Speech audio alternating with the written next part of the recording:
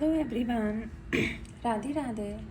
मैंने काफ़ी टाइम से वीडियोस नहीं बनाए क्योंकि मैं थोड़ा बिज़ी हुई थी और मुझे टाइम नहीं मिल रहा था। प्लस मेरे हेल्थ में बहुत सारे चेंजेस आ रहे थे, कभी कुछ तो I was just trying to take care of my self and of course life happens. और मेरे पास इतने कुछ एक्सक्विजिट टॉपिक्स नहीं थे या फिर कोई ऐसा मुझे समझ नहीं आ रहा था मैं आप लोगों को एक्सप्लेन कर पाऊँ। बट आज का जो टॉपिक है I will speak on avoidant attachment style. ठीक है, ये एक इंटरनल पैटर्न होता है, ओके, इमोशनल अवॉइडेंस का। यूजुअली 90% ये लड़कों में ही होता है। हमने देखा होगा बचपन से हमारे जो पापा लोग होते हैं वो लड़कों के साथ इंटीमेसी अवॉइड करते हैं, मतलब हग करना, किस करना। लड़कियों का क्या होता है ना, हम जाके गोद में बैठ जाती है कि नहीं हमें तो करो, क्योंकि हम बचपन से मम्मा के थोड़े क्लोज़ होते हैं, फिर धीरे धीरे पापा के क्लोज़ हो जाते हैं। ठीक है, तो जो इमोशनल अवॉइडेंस या फिर स्ट्रॉन्ग डिज़ायर कि नहीं मुझे नहीं इमोशनली वल्नरेबल होना है, और बहुत लड़कियों के ऐसे बॉयफ्रेंड्स होंगे कि ओ मैं ऐसा ही हूँ, ओके, मैं ज़्यादा इमोशंस नहीं दिखा पाता, that does not mean I don't care. तुम्हारा तरीका अलग है, मेरा तरीका अलग है। Bullshit, nonsense. उनका जो अटैचमेंट स्टाइल है वो अवॉइडेंस वाला है। ठीक है, वो लोग अपने आप अपने इमोशन से इतना डरते हैं कि उसको कभी बैठ के एक्नॉलेज ही नहीं कर पाते हैं। उनका या तो चाइल्डहुड पैटर्न इतना डीप होता है, या फिर उनके पेरेंट्स ने उनको इतना अच्छे से ट्रीट नहीं किया होता है, या फिर लोगों ने उनके साथ अच्छा बिहेव नहीं किया होता है, और उन्होंने एक स्टाइल देख लिया होता है कि ओके अगर मैं ज़्यादा वल्नरेबिलिटी दिखाऊंगा या दिखाऊंगी I will not be respected और लव्ड, तो मुझे एकदम टफ़ लौंडा बनना है। ओके, तो कभी कभी लड़कियों को लगता है यार वो दुनिया के लिए टफ़ है, बस मेरे लिए अच्छा है। नहीं मेरी बहन, तुम्हारे लिए भी वो सेम ही है। ठीक है, बस तुम्हें ऐसा लगता है बट वो ट्रू नहीं है।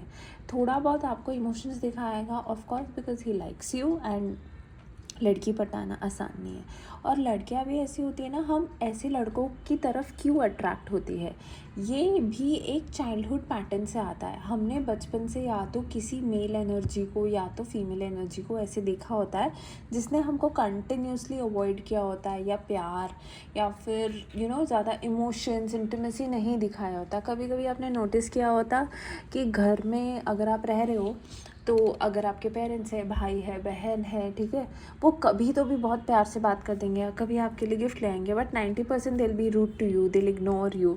And then your mother says अरे बट प्यार तो करता है ना, प्यार तो करती है ना। नहीं नहीं, वो बहुत प्यार करते हैं। दैट इज़ नॉट प्यार, that is bear minimum.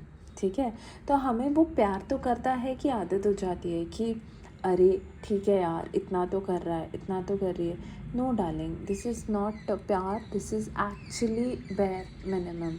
Okay, तो अगर मैं थोड़े बहुत पॉइंट्स बोलूँ तो ये जो लोग होते हैं, how you can rectify them. इनको ना इंटीमेसी से बहुत प्रॉब्लम होती है, बहुत प्रॉब्लम होती है। इमोशनल क्लोजनेस, ओपन अप करना। अगर आप भी अपना रोना गाना लेके जा रहे हो तो they will not entertain you, my दिल भी लाइक नहीं यार हटाओ, ये क्या है, ये सब होता रहता है, लाइफ पे ध्यान दो, फोकस करो, अपने बॉडी पे ध्यान दो। अरे भाई बेड से उठो तब तो बॉडी पे ध्यान दो, है ना। तो बहुत डिस्कम्फर्ट होता है उनको इंटीमेसी से। ठीक है, उनको ऐसे लगता है नहीं मैं इंडिपेंडेंट हूँ, मुझे कुछ हर्ट नहीं होता है, आई एम वेरी इंडिपेंडेंट, मुझे कोई इमोशंस नहीं है, I am okay being alone. Nobody is okay being alone. हम जो ह्यूमंस हैं ना, we are built for that emotional intimacy, we are built for socialising. हाँ, कभी कभी अपने आप को आइसोलेट करके अपने आप पे काम करना, अपनी हीलिंग्स पे ध्यान देना इज़ अ डिफरेंट केस। कि हाँ ठीक है, आप लोगों को बहुत पैटर्न समझ में आ गए, आपको समझ में आ गया कि पूरी दुनिया से लड़ाई करके कुछ फ़ायदा नहीं है। I will sit with my self for 2 years or 3 years and I will try to come out of my own patterns, my own things. तो वो अलग होता है। बट ये लोग ना कभी भी अपने मतलब they will never take accountability of their actions. तो इनका ये पैटर्न होता है, और इन लोगों को कंट्रोल दिखाना बहुत अच्छा लगता है। मतलब भाई तुम इनसे कंट्रोल मत ले लेना, ये पागल हो जाएंगे। ये हम 90% दिखाते ओह आई डोंट केयर, और they also be like oh हाँ ठीक है, मुझे कोई फ़र्क नहीं पड़ता है, क्योंकि ये सामने वाले का पैटर्न भी समझ जाते हैं। ऐसे लोग अक्सर जो लोग बहुत एंग्शियस अटैचमेंट स्टाइल में होते हैं ना, उनके साथ ही रिलेशनशिप में जाना पसंद करते हैं। या जो लोग बहुत कोडिपेंडेंट होते हैं, उनके साथ ही ये रिलेशनशिप में जाना पसंद करते हैं। तो मेरी जान, अगर आपकी लाइफ में कोई ऐसा मर्द या लड़की है जो अवॉइडेंट अटैचमेंट स्टाइल से है, तो आप समझ लो कि आप कहीं ना कहीं एंग्शियस अटैचमेंट स्टाइल में हो। नहीं तो ये नहीं होता है, ओके। इन लोगों को कंट्रोल पावर बहुत चाहिए, और वो कहाँ से आएगा? आपकी एंग्जाइटी से, आपके फेयर्स से। जो लोग काफ़ी इंडिपेंडेंट होते हैं, अपने आप पे ऑलरेडी बहुत काम कर चुके होते हैं ना, दे will not give this power away, क्योंकि उन्होंने बहुत टाइम लगाया होता है वो पावर बिल्ड करने के लिए। नहीं तो जो लोग काफ़ी सिक्योर फैमिली, सिक्योर फ्रेंडशिप से आते हैं ना, even they will not give this power, okay. फिर इनका ना हमेशा कुछ नेगेटिव व्यू रहता है, ठीक है, कि नहीं सामने वाला ऐसा ही है, सामने वाले ने ही किया होगा। और एक चीज़, ऐसे लोग कभी अकाउंटेबिलिटी नहीं लेंगे। तुम्हारे घर में कुछ खो गया, अरे इसी ने उठाया होगा, उसी ने उठाया होगा। तुम्हारे घर में कुछ नहीं मिल रहा, अरे आप ही ने तो कहा था ऐसा करना है। वैसे तो वो आपकी बात नहीं सुनते, बट ब्लेम गेम बढ़िया खेल लेते हैं, ठीक है, क्योंकि इनको रिस्पॉन्सिबिलिटी नहीं लेनी है। They do not want to take responsibility of their action. तो 100% अवॉइडेंट अटैचमेंट स्टाइल है। मतलब डीप कनेक्शन, अगर कोई तुम्हें बहुत प्यार भी कर रहा है, तुम्हें मज़ा भी आ रहा है ना उस रिलेशनशिप में, तो समझ लो कि यार ये लड़का अगर इस अटैचमेंट, या लड़की अगर इस अटैचमेंट स्टाइल से है ना, तो वो बस एक कन्वीनियंस का रिलेशनशिप है। जब तक आपका एंग्जाइटी है, जब तक आप में बाउंड्रीज, सेल्फ रिस्पेक्ट नहीं है, तब तक that person will stay in your life. अब हम इसको हील कैसे करें? अब ऐसा नहीं है कि बस मैंने बता दिया कि चलो ऐसा है। पहली बात तो हीलिंग ना ऐसे लोगों के लिए थोड़ी डिफ़िकल्ट होती है, क्योंकि again they do not want to take accountability. अरे मैं तो गलत हो ही नहीं सकता, अरे वो ऐसा है, अरे वो ऐसी, सब कैसे ना कैसे है।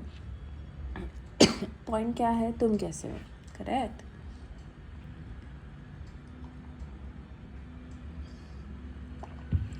The avoidant attachment style and anxious attachment style healing method almost same है, ओके। सेल्फ रिफ्लेक्शन मतलब अपने आप पे पहले रिफ्लेक्ट करो कि पहले तो आपको चेंज होने की इच्छा होती है। 90% जो एंग्शियस अटैचमेंट स्टाइल के हैं ना, वो चेंज होना चाहते हैं, because they are the ones who are so vulnerable. But ये लोगों को लगता है, oh I am very cool, people are running behind me, until and unless they meet somebody with strong boundaries, तब इनके भाई, इनको कोई नहीं बचा सकता, ठीक है। तो हमेशा self reflection, patience, efforts, accountability लेना स्टार्ट करो कि हाँ ठीक है, मैंने गलत किया, okay, but I take the accountability of it ना, and I will try to not do it again. But थोड़ा इनके लिए डिफ़िकल्ट होता है, तो आप देखो आप क्या हो, या आप इस कैटेगरी में आते हो या नहीं आते हो तो प्लीज़ अपने पे काम करो। अगर आपको लगता है आपके आसपास ऐसे लोग हो, तो आप अपना भी अटैचमेंट स्टाइल थोड़ा एनालाइज करने की कोशिश करो कि आप किस कैटेगरी में हो, क्योंकि always remember, you can not change anybody else but you can change your self.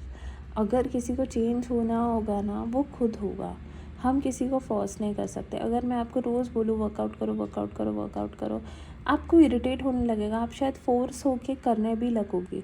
But जब आपके मन से अंदर से एक इच्छा जागेगी, नहीं यार अब तो मुझे वर्कआउट करना है, तो आप अपने आप एक डेडिकेशन से अपने आप एवरीडे 20 मिनट्स करोगे, बट करोगे क्यों? क्योंकि वो आपने डिसाइड किया है। तो वही है कि किसी को ज्ञान मत देना कि ओ देखो आप ये हो, आप अपना देखना कि मैं क्या हूँ और मैं कैसे ठीक हो सकता हूँ या हो सकती हूँ। Okay, bye, thank you.